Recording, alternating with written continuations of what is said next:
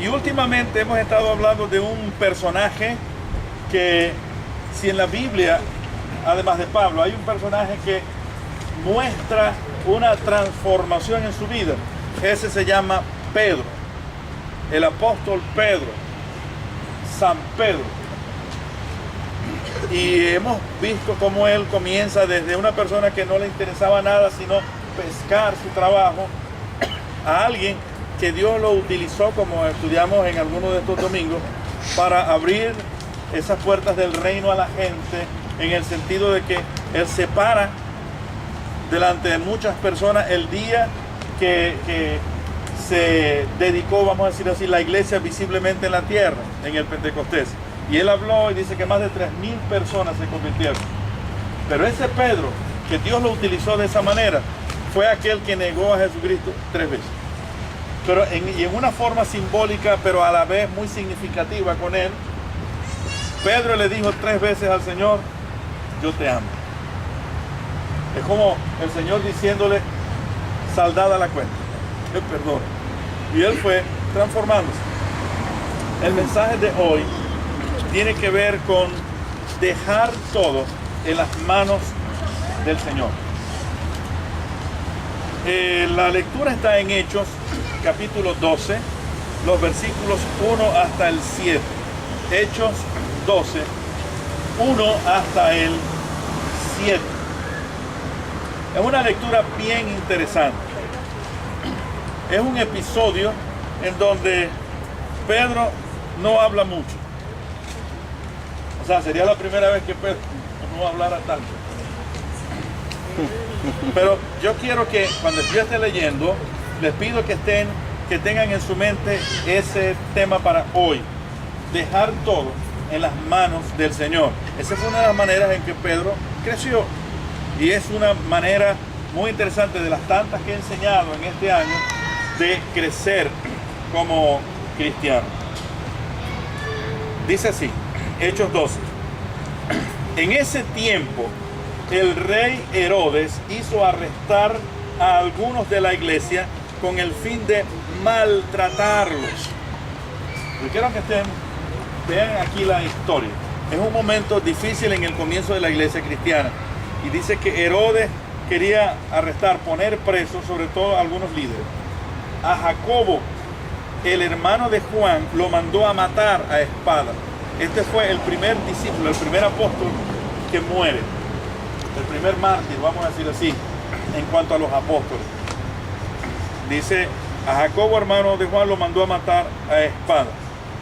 Pero el objetivo era Pedro, que se había constituido como el principal. Al ver que esto agradaba a los judíos, procedió a prender también a Pedro, pone preso a Pedro. Esto sucedió durante la fiesta, una de las más importantes del pueblo judío, los panes sin levadura. Después de arrestarlo, lo metió en la cárcel. Fíjense la seguridad. Y lo puso bajo la vigilancia de 4 grupos de 4 soldados, 4 cada uno, o sea, 16 personas. Luego dice: tenía la intención de hacerlo comparecer en juicio público después de la Pascua. En otras palabras, lo iba a matar. Pero, fíjense de este detalle: mientras mantenían a Pedro en la cárcel, dice, la iglesia oraba constante y fervientemente a Dios por él. ¿Les gusta ese detalle? Mientras estaba en la cárcel, dice, la iglesia oraba constante y fervientemente a Dios por él. Vamos a ver el resultado de eso. Dice: la misma noche en que Herodes estaba a punto de sacar a Pedro para someterlo a juicio, o sea, en la mañanita lo iban a pasar por la guillotina, este dormía entre 2 soldados sujetos a 2 cadenas. Fíjense esta figura. Él está allí.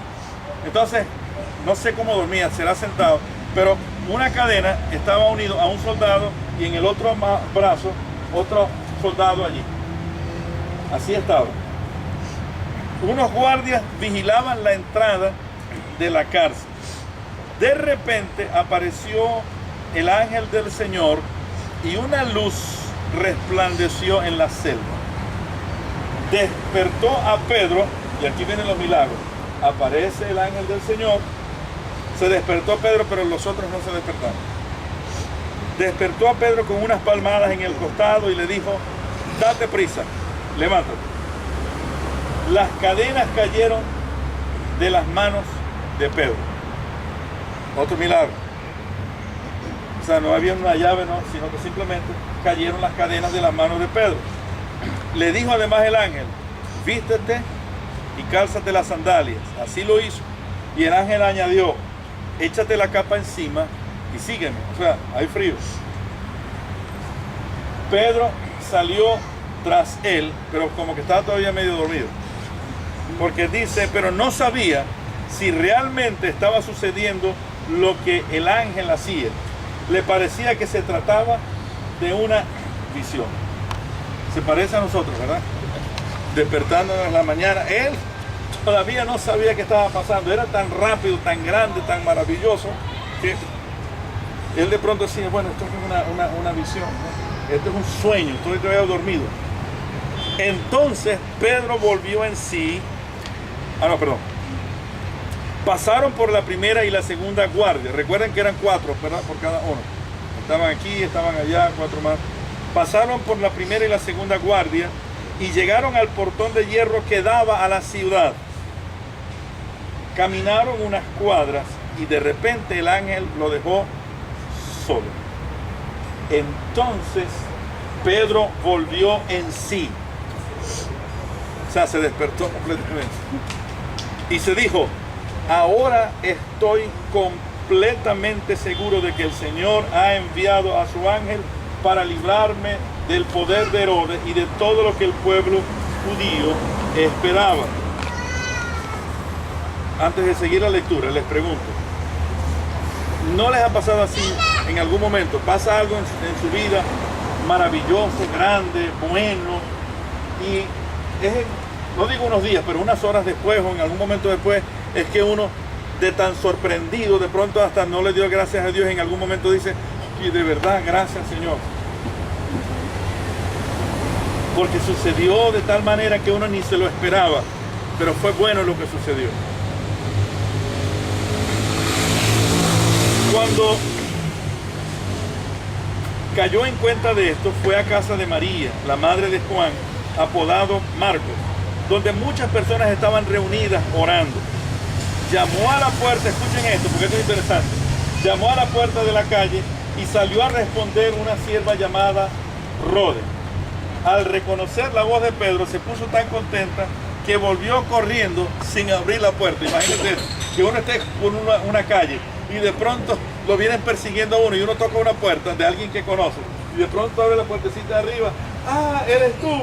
Y en vez de abrir sales corriendo. Yo me imagino a Pedro, me van a agarrar, ¿qué te pasa? Dice, de la alegría, Rhodes dice, fue allá y le dice, Pedro está a la puerta. ¿Y qué es lo que le dicen? Fíjense, la gente estaba orando. Pasa con uno ora, Señor, dame algo, Señor, necesito, Señor, ¿no? Y cuando viene, uno dice, ¿y será verdad eso? Estamos orando por un trabajo y viene el trabajo, ¿verdad? Y uno dice, ¿será verdad? Me estás engañando. Estás jugando conmigo. Eso es lo que está pasando. Ella le dijeron, estás loca. Estaban orando por Pedro. Le dice, Pedro está en la puerta. Dice, estás loca. Si Dios contesta la oración, no la contesta a esta hora, en la mañana, pero a esta hora. ¿Verdad que tenemos que aprender a orar? Y sobre todo a reconocer cuando Dios responde. Entonces, dice aquí, ella insistía, ese es Pedro. Pero los otros decían, debe ser su ángel. Por no decir, ese es el fantasma, será. A lo mejor ya le cortaron la cabeza. Debe ser su ángel. Entre tanto, Pedro seguía llamando. Soy yo, Pedro, ayúdeme. Y mirando siempre para ver si alguien estaba por allí. Cuando abrieron la puerta y lo vieron, quedaron pasmados. O sea, siempre me ha llamado la atención. Estaban orando. Señor, saca a Pedro de la cárcel. Señor, saca a Pedro de la cárcel. Salió Pedro de la cárcel y todavía se quedan así, asombrados. Todavía nos asombra Dios, ¿verdad? Uno cree en Dios. Dios es maravilloso, Dios es bueno, Dios es liberador, Dios libertador, Dios perdona, Dios hace milagros, y cuando los hace todavía nos quedamos maravillados. Pero creo que no debemos dejar de maravillar. No es que el Señor, sí, el Señor me bendijo. Necesitaba 15,000 bolívares y los tengo. Gracias, Señor. Oye, Señor, qué bueno, me diste eso, me ayudaste. Me quitaste esto, este vicio, me ayudaste en aquello. Ahora tengo trabajo, ahora tengo estudios, ahora puedo seguir adelante. O sea, no perdamos la capacidad de asombrarnos con lo que Dios hace. Y aquí estaba Pedro. Con la mano Pedro les hizo señas de que se callaran y les contó cómo el Señor lo había sacado de la cárcel. Cuéntenle esto a Jacobo y a los hermanos, les digo. Luego salió y se fue a otro lugar. Y ya les voy a decir, esta frasecita que parece tonta es muy importante. Salió y se fue a otro lugar. Entonces, basado en esto, yo quiero hablarles de eso, de dejar todo en las manos del Señor. Yo les he contado a ustedes que uno de los más grandes consejos que yo he recibido en la vida me lo dio mi papá. Cuando tenía que tomar una decisión muy importante y yo le pedí un consejo a él, ¿qué hago? Y él no me dijo mucho, pero solamente me dice, hijo, póngase en las manos de Dios. Algo sencillito, pero eso en un sentido me ha ayudado hasta el día de hoy. Póngase en las manos de Dios. ¿Quieren un buen consejo?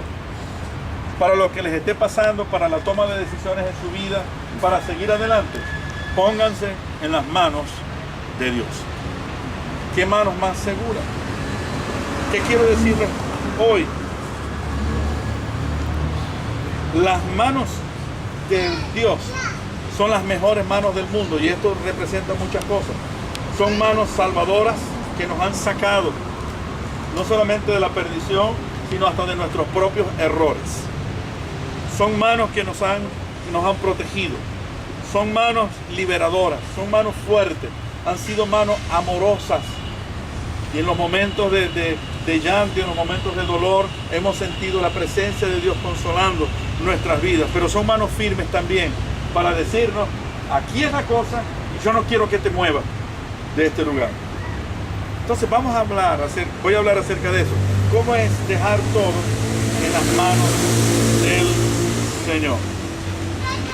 Están los principios, ustedes los tienen allí, lo pueden ir leyendo, o si no lo leen y me oyen, y después cuando lleguen a sus casas, entonces lo pueden leer mejor. Mírenlo bien, escuchen bien, pongan la palabra en el corazón y en su mente para que puedan compartirlas con otras en esta semana. En primer lugar, este primer principio, aunque estés en las manos salvadoras de Dios, ocurrirán cosas desagradables por tu fidelidad. Es extraño eso, ¿verdad?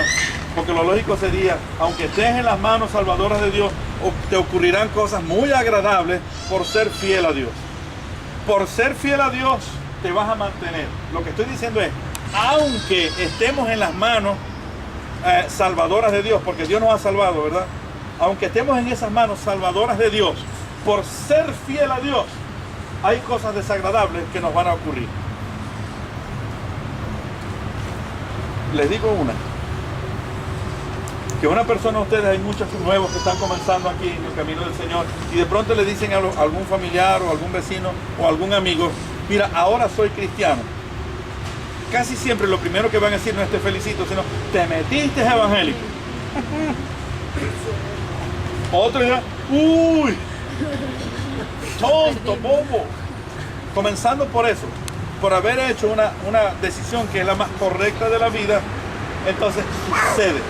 Ahora, por ser fiel al Señor hay muchas cosas buenas que van a ocurrir, pero también van a ocurrir algunas cositas desagradables, ¿verdad?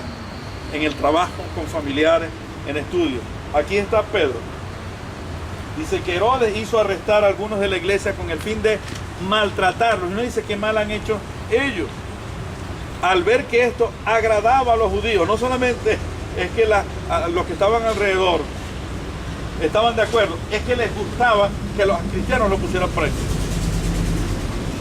Y procedió también a poner preso a Pedro y lo metió en la cárcel.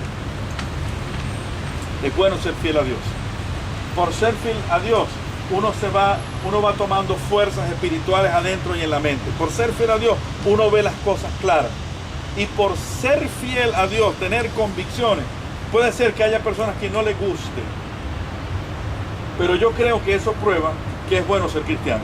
Si ser cristiano es un asunto fácil, ¿verdad? La gente pasará por desapercibido. Pero la gente que no tiene a Cristo en su corazón ve que esto es un asunto importante porque se asombra cuando una persona dice: soy cristiano, tengo a Cristo en mi corazón. Pero la Biblia nos dice que el que tiene a Cristo en su corazón no se enferma. ¿Verdad que sí? No es así, la dice. Viendo las cosas que suceden, también nos suceden a nosotros. Las carencias son carencias para nosotros también. La inseguridad es una inseguridad para nosotros también. Pero estoy hablando de por ser cristiano. A veces algunos hasta nos quitan la amistad porque somos cristianos. O no se juntan muchos con nosotros porque son cristianos. Aunque en la práctica, cuando pasa el tiempo, más bien nos buscan, ¿verdad? Para un consejo, para una ayuda que se necesite. Se ve la diferencia. Pero también nos pasan cosas desagradables. En el mundo, yo les he dicho eso, murieron más personas en el siglo pasado por ser cristianos que en los 19 siglos anteriores. Con todos los que mataron allá en el Coliseo Romano, en las arenas, murieron más personas. Y en este siglo, en estos años, en estos 13 años, han muerto muchas personas porque dicen que son cristianos. Pero como dijo Nerón, mientras más cristianos matan, él dijo, ¿será que la sangre de los cristianos es semilla? Porque mientras más mato, más aparece. También nos pasan cosas desagradables. Tenemos la promesa de Dios que dice que a los que aman a Dios, todas las cosas ayudan a bien. Así que no debe ser un motivo de decir, bueno, me están pasando cosas desagradables, cosas que a mí no me gustan, Señor. Pero si es por ser fiel a Dios, el Señor te va a bendecir. ¿Me escuchaste eso? El Señor te está ayudando, te está preparando, aun cuando las cosas desagradables suceden. Qué bueno es haberles escuchado a ustedes las acciones de gracia. Yo sé que algunos de ustedes, meses anteriores, no daban gracias a Dios por eso, ¿verdad? Sino que oraban diciendo, oren por un trabajo, oren, ¿no? Ahora el Señor. Pero pasó, ¿qué nos enseñó a estar en lo desagradable? A ser fiel a Dios. Y después experimentar esta bendición. Entonces el primer principio es eso. Aunque estemos en las manos salvadoras de Dios, porque ya somos salvos. Y nadie nos va a quitar esa salvación. Pero aunque estemos en las manos salvadoras de Dios, van a ocurrir cosas desagradables. El segundo principio. A través de las oraciones ayudamos a otros a permanecer en las manos protectoras de Dios. A través de las oraciones, de orar unos por otros, ayudamos a otras personas a estar en las manos protectoras de Dios. Por eso es bueno orar unos por otros. No puedo explicar cómo es eso, pero no es que Dios no nos bendice a nosotros si alguien no ora por nosotros. Pero de una manera misteriosa que yo no puedo explicar, Dios ha decidido limitarse en un sentido. Estoy diciendo no es que Dios está limitado, es que Él ha hecho eso como una estrategia. Que Él mueve su poder cuando nosotros oramos por otros. Claro, Él tiene sus propósitos y Él puede bendecir a alguien así nosotros oremos. Lo que estoy diciendo es que mientras más oramos, Dios se agrada en ayudar a otras personas. O sea, estoy diciendo, ¿cuánto nos generaría esa bendición de Dios si nosotros todos los días oramos unos por otros? Cuando sabemos que hay alguien tal vez de nosotros, algunos de ustedes, que tiene una situación difícil y comenzamos a orar por él. Dice, es que Dios no lo va a ayudar si nosotros no oramos. Pero es que Dios nos manda eso. Él se autolimita. Porque cuando oramos por otros, escúchame bien esto, cuando oramos por otros, nos estamos bendiciendo. O sea, Dios nos está bendiciendo a cada uno de nosotros. Y es como decir, cuando nosotros oramos por otros, entonces Dios nos está ayudando a nosotros para que tengamos más fuerzas para ayudar a otras personas también. Eso es la intercesión. Entonces dice aquí que mientras Pedro estaba en la cárcel, la iglesia oraba constante y permanentemente a Dios por él. Le estaban diciendo, Señor, Pedro está en la cárcel, Pedro te es fiel, Pedro predica, Señor, cuídalo, que no lo maten, haz algo para sacarlo de la cárcel. O sea, estaban orando por él. Ahora les pregunto, ¿es que Dios no iba a actuar? Yo creo que sí. ¿Quién estaba recibiendo primero la bendición de orar? La iglesia. La iglesia. Pedro también estaba orando. Pero fíjense que Pedro estaba tan tranquilo que estaba durmiendo con los soldados. Ah, buenas noches, Dios los bendiga. Tranquilo. Pedro estaba confiando en el Señor. Pero la iglesia se estaba edificando cuando oraba por otro. Miren, ustedes no se imaginan lo que la oración puede hacer cuando oramos por otras personas también. Cuando nosotros oramos por los familiares que no conocen a Cristo. Cuando nosotros oramos por los familiares o la gente que conocemos, que algún día estuvo en los caminos del Señor y no están en los caminos del Señor. Cuando nosotros oramos por los vecinos, cuando nosotros oramos por los compañeros de trabajo y de estudio. ¿Verdad que Dios comienza a responder? ¿No es así, Ruth? Oramos. Claro, el Señor responde de su manera. Uno lo ve de una manera, pero el Señor responde mejor que lo que nosotros pensamos. Ustedes han tenido esa. Si yo dijera aquí, hay un testimonio de la bendición del Señor cuando oran por otras personas. Yo sé que cada uno aquí me va a dar un testimonio de orar por otras personas. Cuando oramos por otros, Dios nos prepara a nosotros, pero estamos también permitiendo o diciéndole a Dios, obra en el corazón de otras personas también. Estaban orando por Pedro, pero el Señor iba a usar toda esa seguridad para demostrarles y decirles, yo sí tengo poder. Entonces ayudamos a otros a permanecer en las manos de Dios cuando oramos por ellos. El tercer principio es este: sabe Dios librar de cualquier situación a los que permanecen en sus manos liberadoras en obediencia. Sabe Dios librar, porque Dios es el que hace los milagros, ¿verdad? Sabe Dios librar de cualquier situación a los que permanecen en sus manos liberadoras en obediencia. Uno puede decir humanamente, oye, ¿por qué permitió Dios que a Pedro lo pusieran preso? ¿Verdad? Esa es una lógica. Si eres hijo de Dios y es un apóstol, ¿por qué permitió que los pusieran presos? ¿Saben qué? Esa es a veces lo que nosotros decimos. ¿Por qué si yo soy un hijo de Dios no tengo trabajo? ¿Por qué si yo soy un hijo de Dios me está pasando esto en la familia? ¿Por qué si somos hijos de Dios no tenemos templo? ¿Por qué si somos hijos de Dios y yo quiero hacer las cosas bien, me está pasando esto con esta persona y esta otra persona? Y comenzamos a hacer ¿por qué?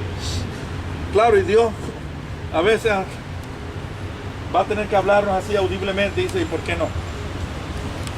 Si le pasan a las otras personas también. Porque nos olvidamos que lo más grandioso ya nos pasó. ¿Saben eso? La bendición más grande ya la tenemos. ¿Cuál es la bendición más grande? Somos salvos y tenemos a Cristo en el corazón. Eso es lo más grande. Entonces lo demás, y después lo más maravilloso, después de tener a Cristo en el corazón, nos va a pasar, ese está seguro. Nos morimos, cae una bomba atómica y nos vamos al cielo y vamos a estar en la presencia de Dios. Eso es lo más grande.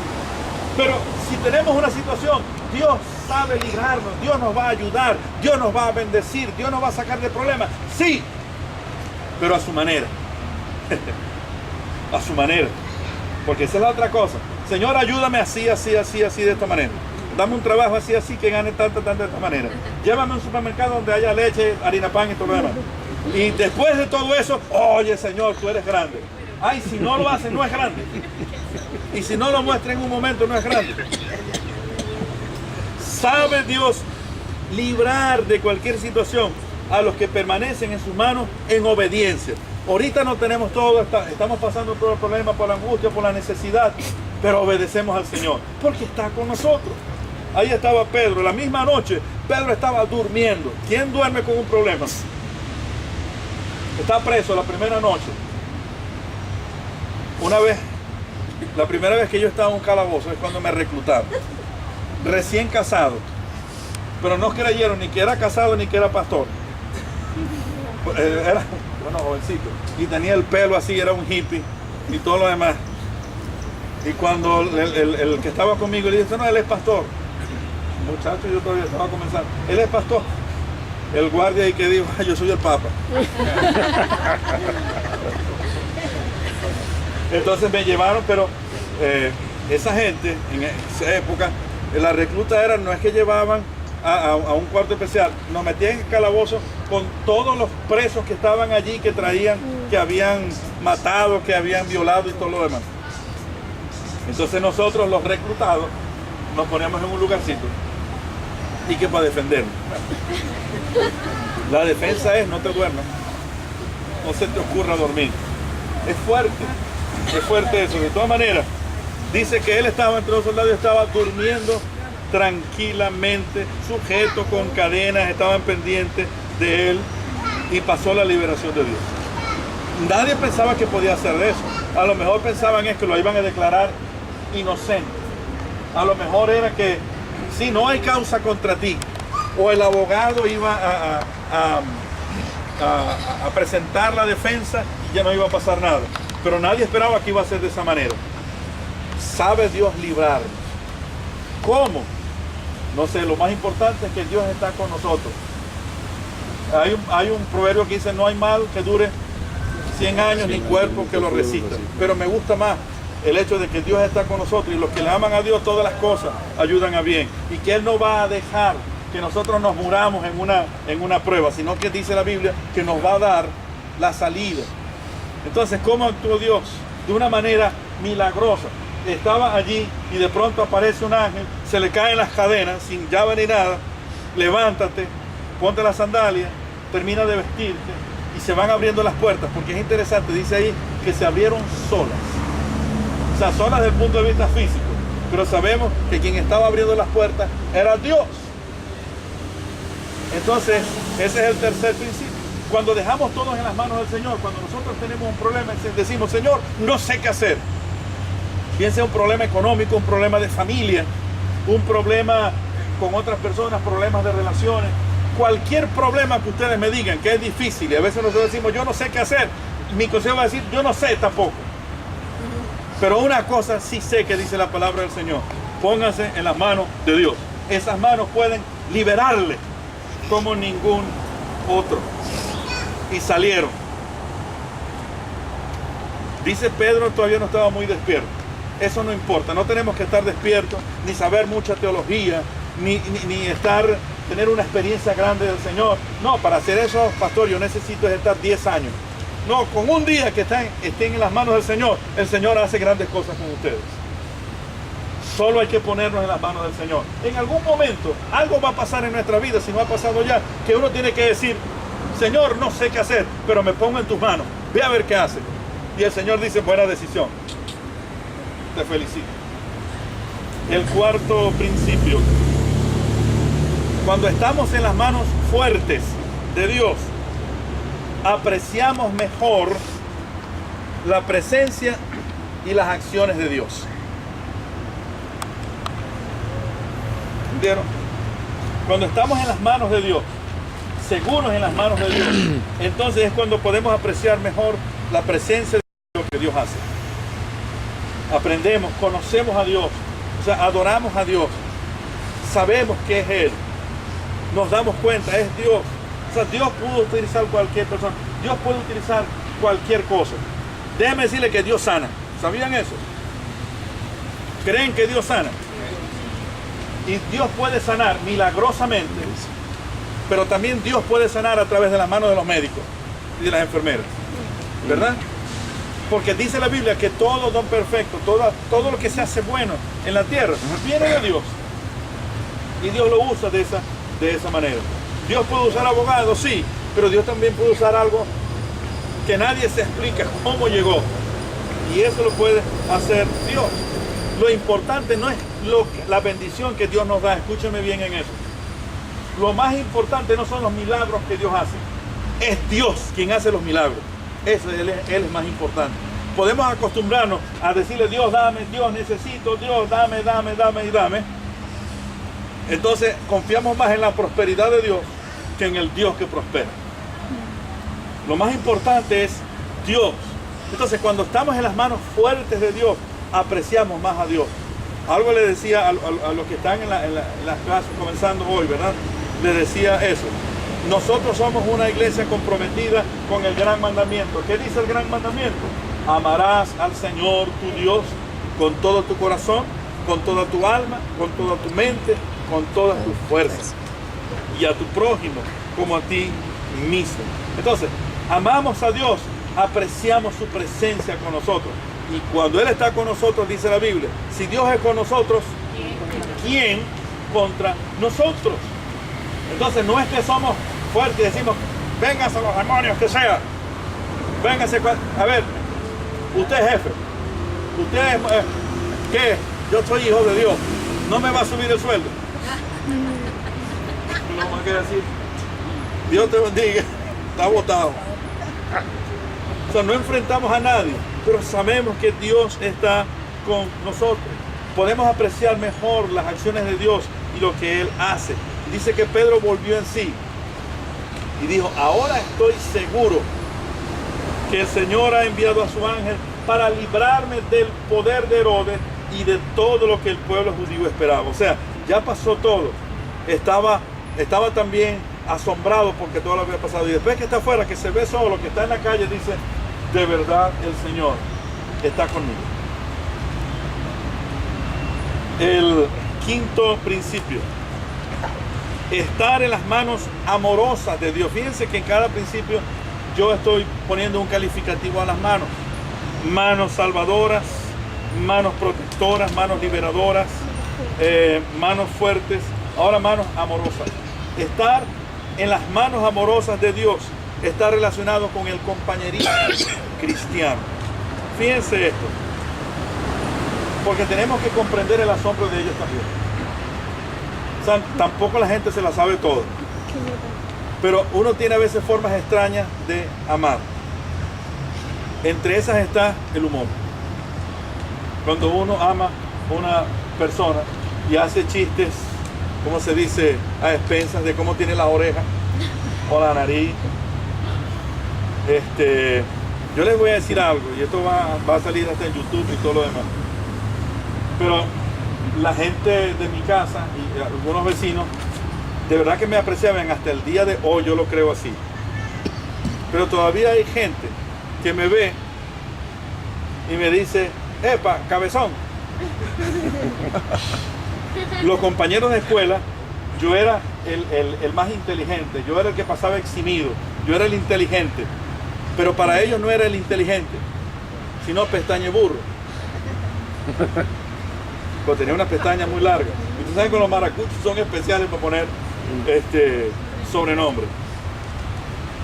Hay una vecina, ellos son cristianos, una vecina que cuando nosotros llegamos allá a esa casa, a la casa de al lado, yo era el bebé. Entonces era la atracción en ese momento. Y ella, ¿cómo se llama él? Héctor. Ah, Tico. Entonces ella es la única persona en el mundo que me dice Tico.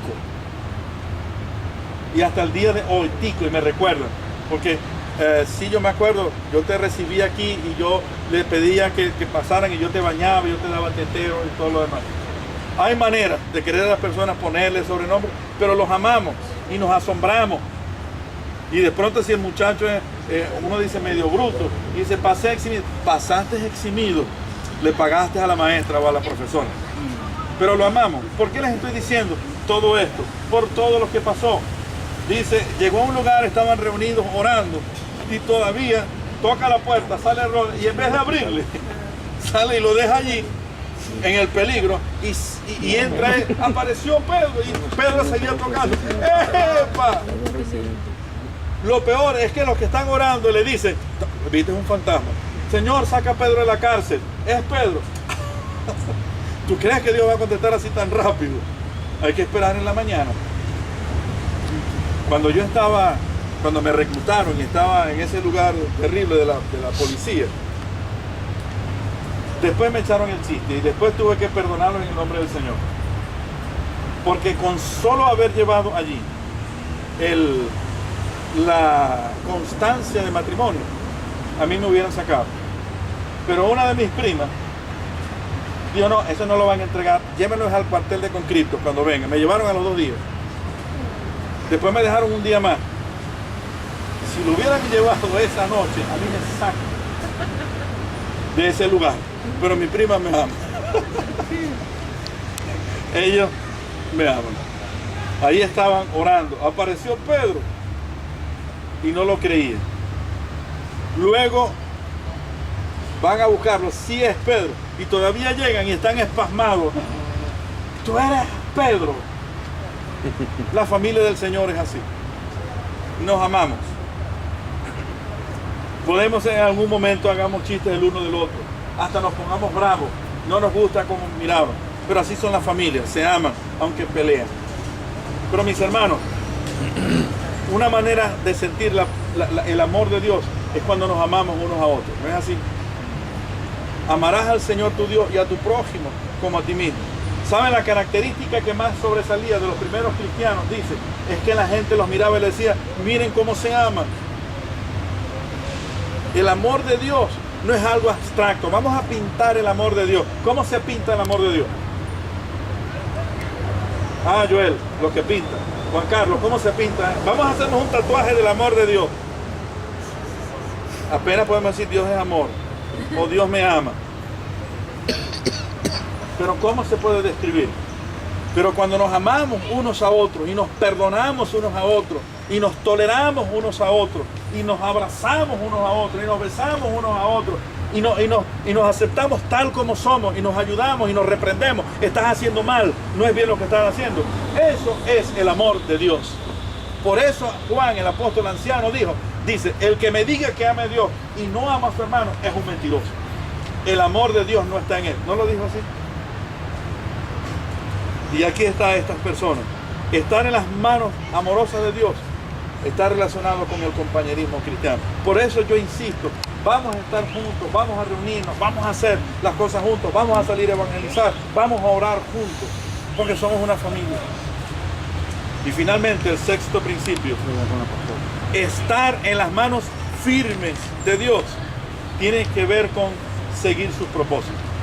Manos firmes es seguir con los propósitos. El detalle de Pedro es que dice que al final, después que estaba apurado por entrar y cuando está allí ve a los hermanos y los abraza y les dice cómo fue que el Señor lo sacó de la cárcel, él dijo, si el Señor me sacó de la cárcel es para seguir adelante a hacer algo.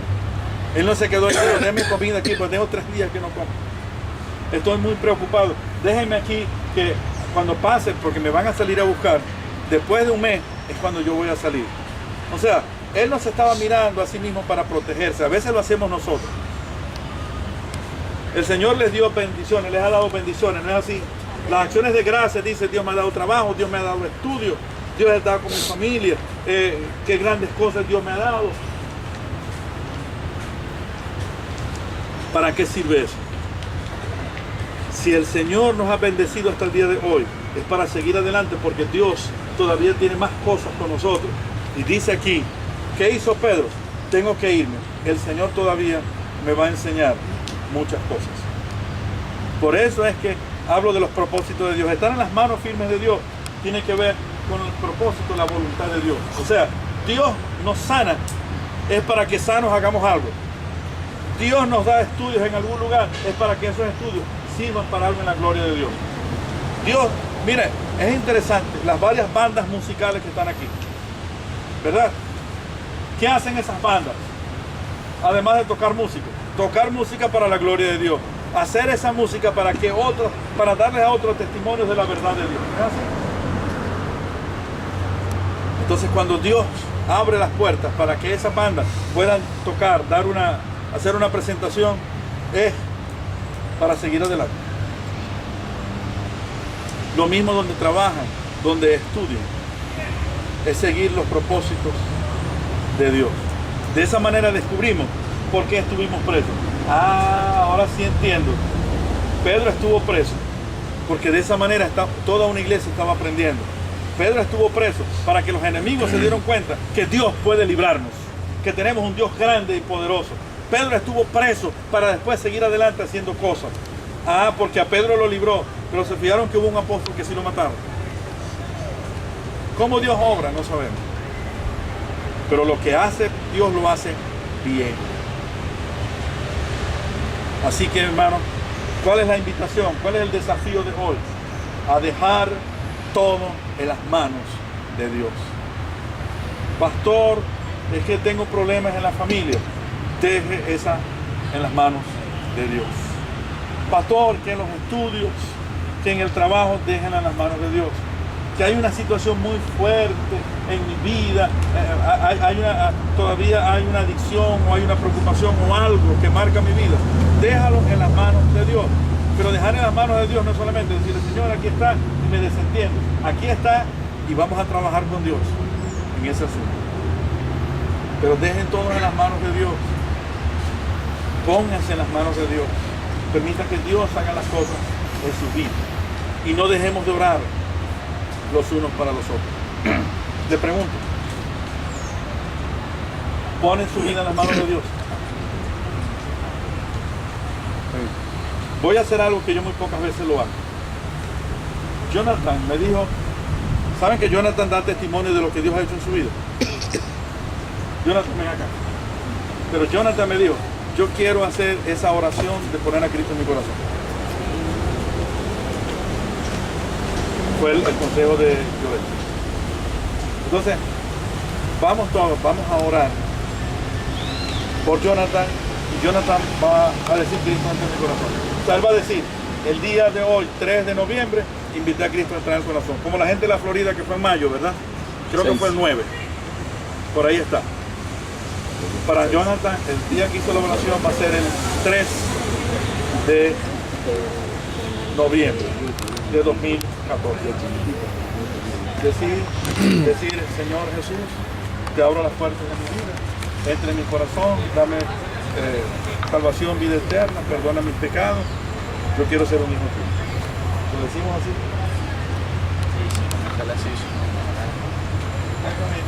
Como salga ahí. Lo importante es que yo diga, Señor, entra en mi corazón, perdóname, quiero ser un hijo tuyo.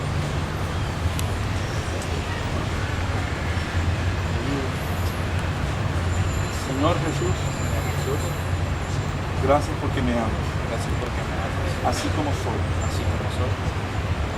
Yo quiero ser discípulo. Tuyo. Señor Jesús, te abro las puertas de mi corazón. Entra en mi vida. Dame salvación. Y vida eterna. Perdona mis pecados.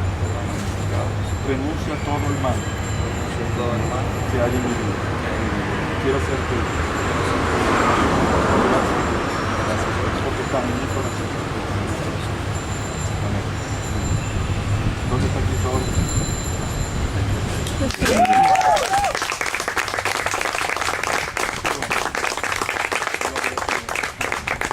Ahora yo quiero orar por cada una de sus vidas también.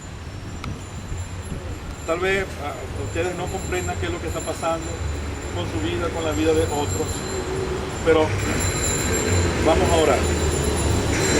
Pregunto, ¿deciden ponerse en las manos del Señor? Sin condiciones. Y la otra pregunta, ¿podemos decidir delante del Señor ayudarnos a unos a otros en oración? O sea, interceder, poner a otros en las manos del Señor. Nos ponemos nosotros y ponemos a otros en las manos del Señor. Sobre todo los que no conocen a Cristo, ¿verdad? En nuestras vidas. Vamos a orar entonces. Cierren los ojos y vamos a ponernos delante del Señor.